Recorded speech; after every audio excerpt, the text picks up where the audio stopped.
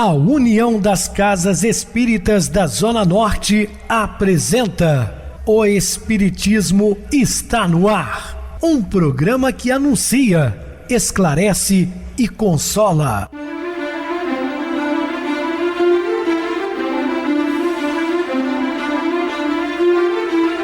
Não se turve vosso coração. Credes em Deus, credes também em mim. Na casa de meu pai há muitas moradas. Se assim não fora, eu vou-los teria dito, pois vou preparar-vos lugar.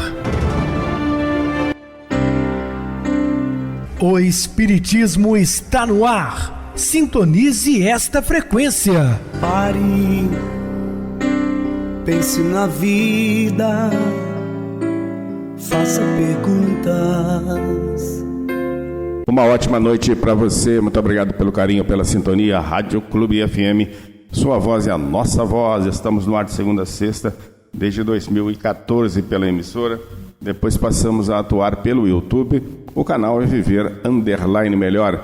Se inscreva, deixa seu like, sua opinião é sempre importante para nós. Ou entre no YouTube, digite o Espiritismo está no ar. Lá encontrarão vários programas, inclusive o do dia. Recebo carinhosamente meu querido amigo espiritista, trabalhador da Casa Espírita Maria de Nazaré, Adilson Reis. Uma boa noite, seja muito bem-vindo. Boa noite, Pedrosa, boa noite a você, ouvinte da Rádio Clube FM. Mais uma vez juntos no programa O Espiritismo está no ar, uma onda de amor e luz em seu rádio. Vamos estudar e aprender juntos. Jesus nos abençoe. Bem, meus irmãos, vamos estudar hoje sobre o islamismo, zoroastrismo e judaísmo, religiões que antecederam ao cristianismo. Dúvidas? Entre em contato conosco ligando para a Clube FM 0 operadora 32 999 327758, é o WhatsApp da Rádio Clube FM. Quer falar comigo? Utilize a TIM 988012675, o WhatsApp 9844949, novamente 59. O e-mail espiritismo está no ar @hotmail.com. Interajam conosco, façam perguntas, tirem dúvidas, podem dar sugestões ao programa. Estamos à disposição de todos os ouvintes. Vamos agora para aquele momento muito especial, que é o nosso momento de oração. Sintonize esta frequência. O Espiritismo está no ar. Momento de oração. Eu sou o caminho, a verdade e a vida. Ninguém vem ao Pai senão por mim. Amar a Deus sobre todas as coisas e ao próximo como a ti mesmo.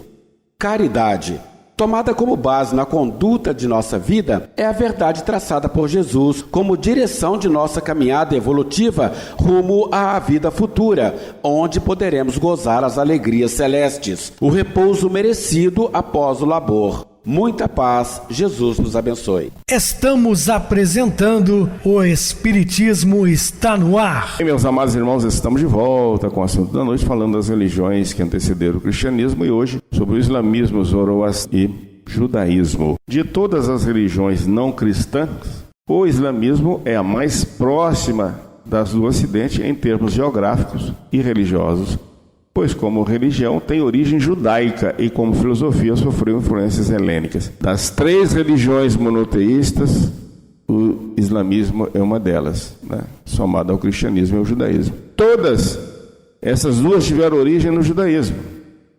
Eu já falei algumas vezes, vou voltar a repetir. Abraão teve o seu primogênito com a escrava egípcia Agar. Daí nasceu Ismael, que é um espírito protetor aqui do nosso país. No entanto, esse Ismael, como encarnado, ele seguiu as orientações da mãe e foram viver mais tarde na Arábia Saudita. Daí surge o Islã. Se vocês um dia tiverem oportunidade de estudar o Alcorão, vão encontrar lá o Pentateuco mosaico, falando sobre vários profetas, Jesus como um grande profeta, Maria como um ser sagrado. Esse é o pensamento islâmico. E depois as orientações deixadas por Maomé. Mas também a crença no Deus único. Enquanto os judeus chamam de Jeová, nós, Deus Pai Todo-Poderoso, os nossos irmãos islâmicos, Alá, né? São as três monoteístas, três religiões abraâmicas. O islamismo foi fundado pelo profeta Maomé, da tribo dos Queiroz, nascido em Meca há aproximadamente 570 anos depois de Cristo. Embora ele tenha nascido em Meca, mas ele vai pregar mais tarde em Medina, consegue converter aquele povo ao Deus único. Eles seguiam 2000 deuses quando Maomé implanta o islamismo em Medina. A importância do estudo sobre o islamismo. Já o modeísmo ou zoroastrismo é uma religião fundada na Pérsia por Zoroastro. O termo grego é usado de Zaratustra, cujas origens se perdem no tempo, mas que foi inspirada no deserto e na solidão. Na verdade, o zoroastrismo, meus queridos irmãos, Zoroastro cria uma figura imaginária no deserto chamada de Ahrimã.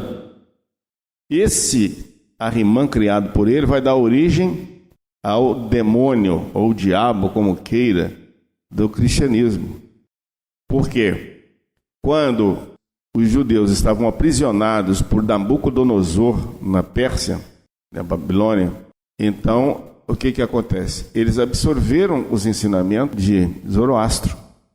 E quando Ciro o Grande invade e liberta o povo cativo, do cativeiro babilônico, eles levaram consigo para Jerusalém a ideia de um ser maldito, cruel, que dominava os pensamentos dos homens. E de Ahrimã vai dar origem, então, o demônio bíblico. A importância de Zoroastro na influência, inclusive, do judaísmo. Depois ele vem influenciar diretamente o cristianismo. E eu vou provar para os senhores que Zoroastro teve uma influência tão grande no cristianismo. Observem os magos do Oriente. Primeiro que o cristianismo repele essa ideia de magos, de adivinhos, orientadores.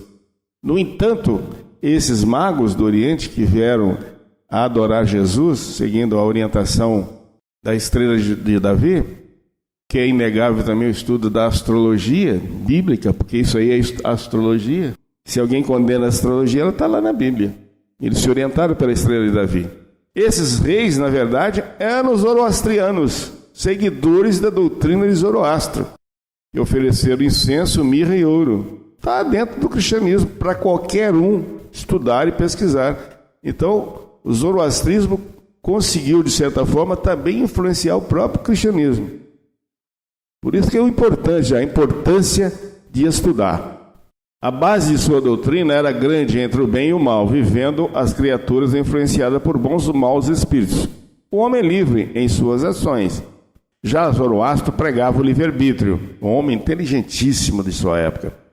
O homem é livre, mas se vê sujeito à influência de forças do mal. Conservando ação, palavra e pensamento puro, afastava-se do mau espírito ou se aproximava do bom. Devia conservar limpos o corpo e a alma. Na morte cabia-lhe um lugar que estava em relação com o que praticava em vida. Olha só, a doutrina espírita nesse ponto concorda plenamente com ele. Nós vamos para o mundo que nos é próprio, de acordo com os nossos feitos aqui na Terra. Os atos do homem na vida iam determinar a sua situação na morte. A religião de Zoroastro, afirma os historiadores e mitólogos, tinha leis morais e extraordinária elevação. Portanto, meus queridos irmãos, a importância do zoroastrismo. Há quem afirme que Zoroastro nunca existiu, mas pela leitura do Zend, Avesta e dos hinos antiguíssimos, temos notícia que ele não foi um mito, mas um homem que, à semelhança dos grandes profetas ou de pessoas de maior envergadura moral, muito lutou e sofreu, seguiu o bem, fazendo o bem e pensai no bem. Assim falou Zoroastro. A importância de estudar sobre o zoroastrismo. Nós estamos fazendo aqui um pequeno resumo. As religiões primárias ou tribais são manifestações primitivas da religiosidade do homem. São encontradas em várias partes do mundo, como a África, Austrália, Sudeste Asiático, ilhas do Pacífico, Sibéria e entre os índios da América do Norte, Centro e do Sul. Em geral, tais religiões não possuem textos escritos. São morais faladas. Os mitos representam sua base religiosa, sendo sobrevindo em razão da tradição oral, como toda religião tribal. Só para voltar um pouquinho no zoroastrismo, ainda existe essa religião naqueles países dos quais citei agora há pouco. Com as histórias alteradas ao longo das gerações, as religiões tribais africanas acreditam na existência de um Deus supremo, apresentando-o sob diversos nomes, como o Criador de todas as coisas e seres. Acreditam também em outros deuses menores, ou espíritos encontrados nas florestas, planícies e montanhas. Isso nós estamos falando do sincretismo religioso afro-brasileiro. Lagos, rios e no céu, esses deuses estão intimamente associados aos fenômenos da natureza, como chuva, raios, trovões, etc. Outra característica das religiões primitivas diz respeito ao culto dos antepassados. O culto dos antepassados são usados até hoje por quase todas as religiões da Índia.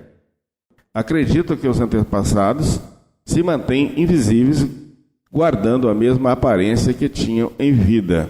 Ou seja, como a doutrina espírita nos diz, ao perdermos o corpo físico, a nossa aparência no corpo astral, envolvida pelo perispírito, o perispírito vai refletir a nossa última imagem de encarnação.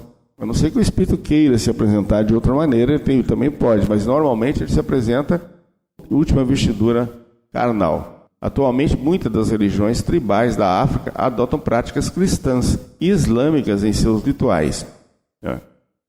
Os milênios, com as experiências consecutivas e dolorosas, preparavam os caminhos daqueles que vinham, não somente com suas palavras, mas principalmente com um exemplo salvadora.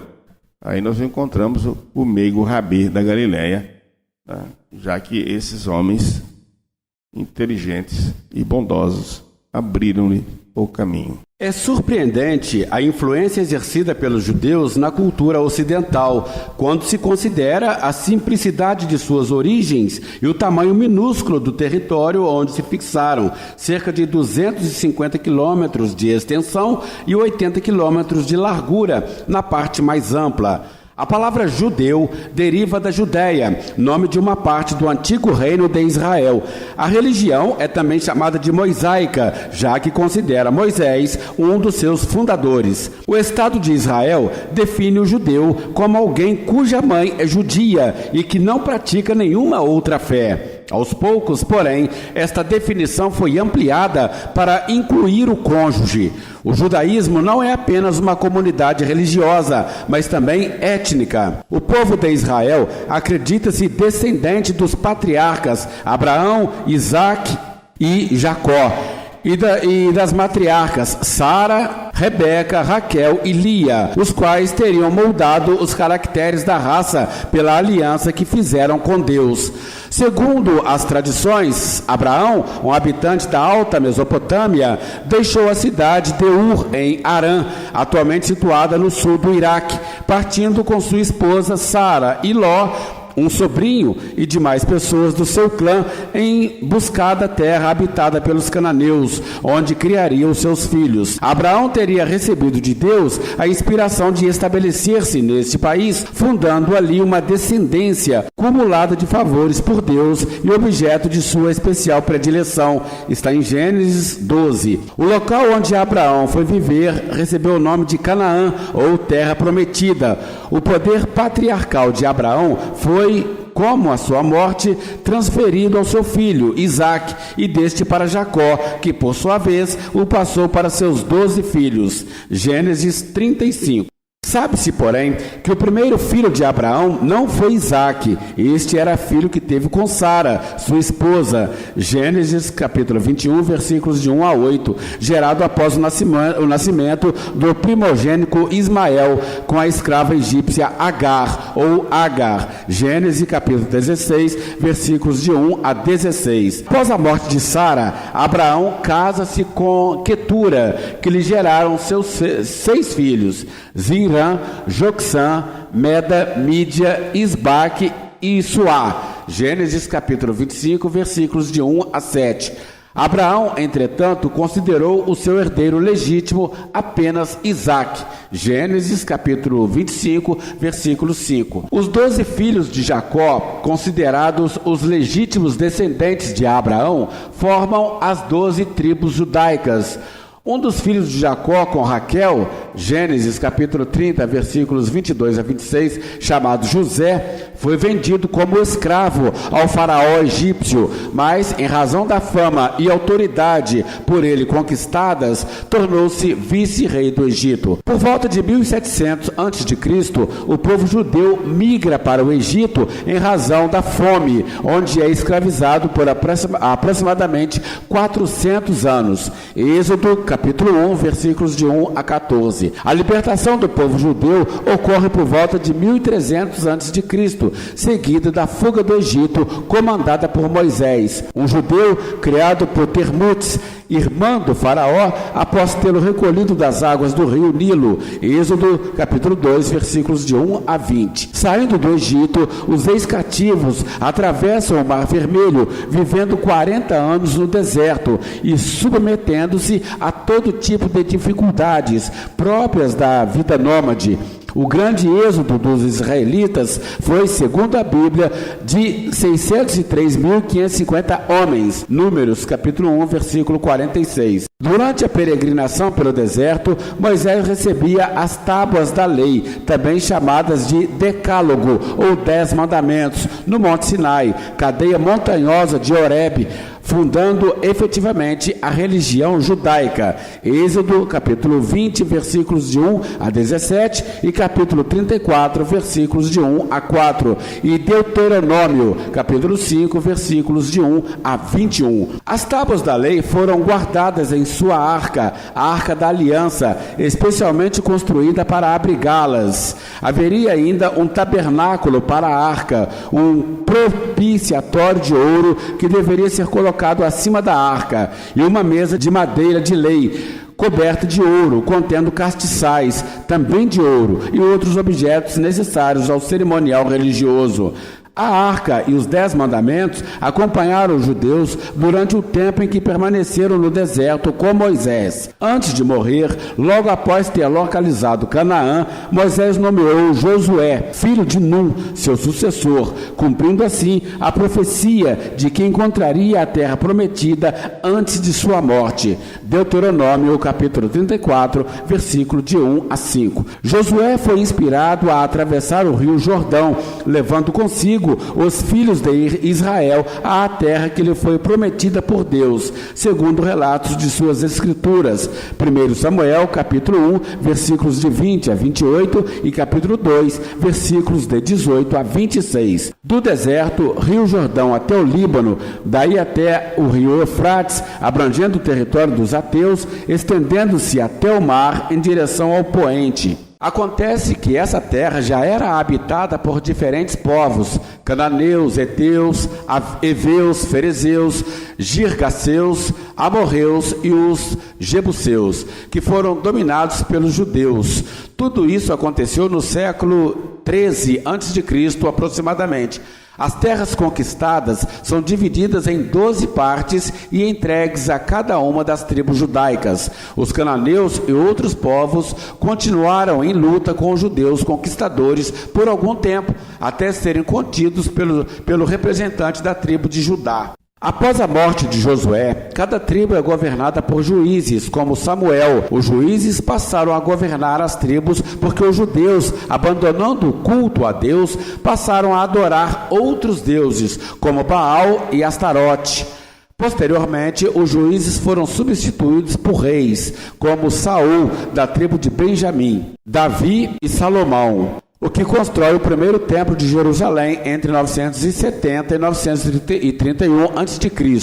Com a morte de Salomão, Roboão, seu filho, torna-se rei, mas no seu reinado acontece a revolta das tribos de Israel, separando-se a tribo de Davi, ou de Israel, das demais. Segundo Crônicas, capítulo 10, versículos 18 e 19. Definitivamente, as tribos se organizam em 2 reinos, o de Judá e o de Israel. O reino de Judá manteve-se a antiga capital do rei Davi, Jerusalém, e com ela o templo histórico do rei Salomão, o que lhe acarretou ascendência religiosa, embora a cidade de Jerusalém viesse a ser conquistada pelo babilônio Nabucodonosor em 586 a.C. e mais tarde pelo romano Pompeu. Nabucodonosor, então rei da Babilônia, destrói o templo de Salomão e deporta a maioria do povo de Judá. A partir desse exílio na Babilônia é que se pode falar de judaísmo ou religião judaica propriamente dita. O reino de Israel na Samaria é destruído em 721 a.C. No ano 586 a.C., mantendo-se a divisão das tribos judaicas em 2 reinos, nascem a esperança e a fé no advento de um Messias, o enviado de Deus, capaz de restaurar a unidade do povo, garantindo-lhe soberania divina sobre a humanidade. Os judeus voltam à Palestina em 538 a.C., reconstroem aí o Templo de Salomão, vivendo breves períodos de independência, interrompidos pelas constantes invasões das potências estrangeiras. Entre os séculos 2 e 4 a.C., migrações voluntárias difundem a religião e a cultura judaicas por todo o Oriente Médio. Em 63 a.C., Jerusalém é conquistada pelos romanos sob o comando de Pompeu. Jerusalém figurou como capital do reino da Judéia sobre a dinastia de Herodes. Em consequência da sublevação dos judeus, foi Jerusalém novamente cercada e incendiada por tropas romanas, sob o comando do general e futuro imperador Tito. Reduzida a colônia no tempo do imperador Adriano, sob o nome de Hélia Capitolina, restaurou-lhe a denominação tradicional Jerusalém, o imperador Constantino. No ano 6 depois de Cristo, a Judéia torna-se uma província em Roma. Em 70 depois de Cristo, os romanos destroem o templo e em 135 Jerusalém é arrasada. Com a destruição do templo de Jerusalém pela segunda vez e da própria cidade, inicia-se o período da grande dispersão do povo judeu, conhecido como diáspora. Espalhados por todos os continentes, os judeus mantêm sua unidade cultural e religiosa. A diáspora termina em 1948 com a criação do Estado de Israel. Existem atualmente cerca de 13 milhões de judeus em todo o mundo. 4,5 milhões vivem no Estado de Israel. O judaísmo é a primeira religião monoteísta da humanidade. Fundamenta-se na revelação dos 10 mandamentos transmitidos por Deus a Moisés. O Decálogo é considerado o evento fundador da religião de Israel. Religião que tem como princípio a ideia da existência de Deus único, Criador Supremo. Dos espíritos degradados na terra, foram os hebreus que constituíram a raça mais forte e mais homogênea, mantendo inalterados os seus caracteres através de todas as mutações. Examinando esse povo notável no seu passado longínquo, reconhecemos que, se a grande era a sua certeza na existência de Deus, muito grande também era o seu orgulho dentro das suas concepções de verdade e da vida. Conscientes da superioridade dos seus valores, nunca perdeu a oportunidade de demonstrar a sua vaidosa aristocracia espiritual, mantendo-se pouco acessível à comunhão perfeita com as demais raças do orbe. Muito bem, Adilson, bem explicado. Nós falamos também da destruição do Templo de Salomão, primeiro pelo rei Nabucodonosor, depois pelo general Tito, que comandou aquela guerra de 67 a 70, guerra judaico-romana, e que o escritor Flávio Joséfo dá exatamente detalhes desse acontecido. E depois disso, nunca mais reergueram o Templo de Salomão. O general Tito fica no comando da Palestina, uma vez que seu pai, o general Vespasiano, volta para Roma para assumir o Império Romano, final de 69, e ele governou Roma até 79, 10 anos. Iniciador do Coliseu, depois o general Tito substitui o pai como imperador romano de 79 a 83. Mas a importância dos dados históricos, das religiões que estamos abordando. Vamos agora para o intervalo musical, a seguir a nossa oração final. Imortalidade e vida. A crença na imortalidade da alma é valor que carregamos desde há muito na história da humanidade. No Bhagavad Gita, o milenar livro das tradições hindus, o diálogo entre o guerreiro Arjuna e a divindade Krishna leciona a imortalidade. As pitonisas, na Grécia Antiga, emprestavam seu corpo para que as vozes dos imortais pudessem se fazer ouvir. Xamãs das ricas tradições dos povos indígenas das Américas eram interlocutores frequentes entre os dois mundos. As tradições religiosas do continente africano também trazem em seu bojo a comunicação e o entendimento da vida nos dois planos. Porém, o ponto alto da compreensão sobre a imortalidade e a continuação da vida para além do corpo físico se deu com Jesus. Mestre incomparável, explicou-nos que o verdadeiro reino, o seu reino, não é deste mundo. Propôs bem-aventuranças para a vida imortal e não para as coisas perecíveis e fugidias da terra. Falou das aflições do mundo, ensinando-nos que são necessárias, pois são elas que nos convidam ao aprendizado. Frisou, no entanto, serem passageiras. Toda a sua mensagem foi de imortalidade, transcendendo o corpo para falar à alma. Quando o buscavam para que curasse enfermidades, ensinava que nada vale remendar tecido velho com um pano bom, porque este irá se romper logo mais. Alertou-nos para nos preocuparmos menos com as coisas do mundo e mais com as que falem a alma. E para testificar de forma inigualável, ele mesmo venceu a morte, retornando após a sua crucificação, manifestando-se aos apóstolos, aos amigos, aos seus seguidores. Durante 40 dias, visitou a uns, conversou com outros e estabeleceu: estarei para sempre convosco.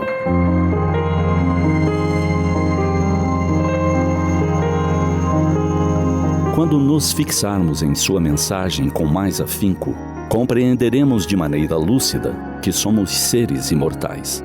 Teremos então a certeza de que a vida continua após deixarmos o corpo físico.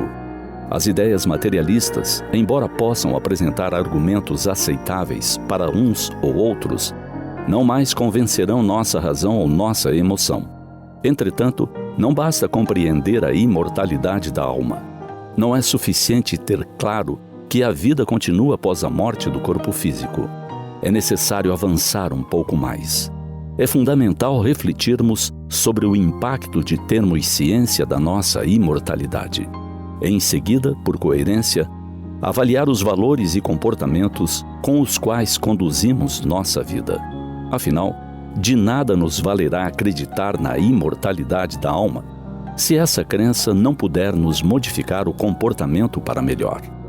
Professar religiões e credos dignos, mantendo um comportamento afastado dos seus ensinos, não faz sentido. Dessa maneira, reflitamos o quanto a mensagem da imortalidade, lúcida e profunda, vem modificando nossa maneira de pensar, de agir, de olhar a vida. O quanto de cristianismo há em nossa intimidade será a tônica para essa avaliação. Também, o quanto de cristianismo existe em nossas atitudes na relação com o outro dirá o quanto cremos na nossa imortalidade. Avaliemos se nossas preocupações e o nosso agir refletem o profundo e maravilhoso entendimento de que somos imortais.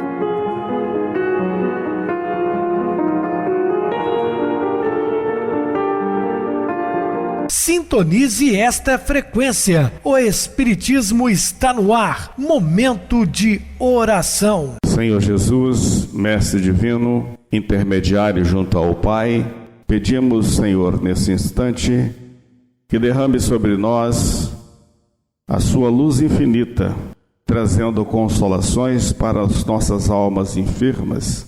Precisamos da vossa fortaleza moral para que possamos, Senhor, continuarmos na nossa jornada evolutiva. Momentos difíceis enfrentamos no planeta, período de transição. Sabíamos, Senhor, que passaríamos por essas provações quando na erraticidade, mas com o véu do esquecimento, poucos se lembram de que nos foi avisado. Portanto, Senhor, te pedimos mais uma vez que ampare-nos, renove-nos a fé, a esperança em dias melhores. Que assim seja, graças a Deus. Meu querido irmão Adilson, suas despedidas. Mais uma vez, Pedrosa, eu te agradeço a oportunidade de participar do nosso programa junto com você. Estaremos dispostos a outras oportunidades, assim Jesus nos permitindo. Obrigado a todos pela companhia. Tenham todos uma boa noite e Jesus nos abençoe. Boa noite para você, Adilson. Muito obrigado pelo apoio aqui no programa. Boa noite também a todos os amados irmãos ouvintes do YouTube, internautas do Brasil e do exterior. Nossos irmãos da Zona Norte de Juiz de Fora, que nos acompanham com a rádio local 87,9, Rádio Clube FM. Continue ligados ouvindo a nossa próxima atração, o programa Batidão com o DJ Tico. A seguir, na voz de Ailton Moreno, Encontro Central. Uma ótima noite de sexta-feira, um feliz final de semana e até segunda-feira, se Deus quiser.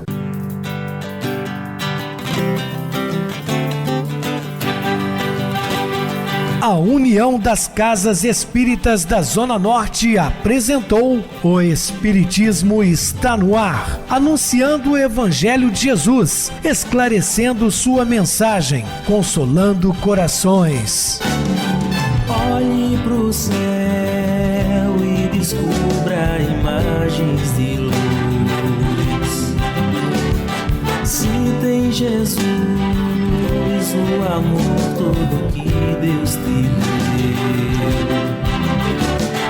Pense no bem, no melhor em que pode fazer. Seja o que for, também vai receber. De coração, ajude-me, irmão, a caridade é o caminho do amor. Faça ainda que possa sofrer, pois bênçãos de Deus há de ter. Ame, perdoe e viva melhor a natureza, o céu e o mar. Veja o encanto que a vida nos dá, a chance eterna que temos para amar.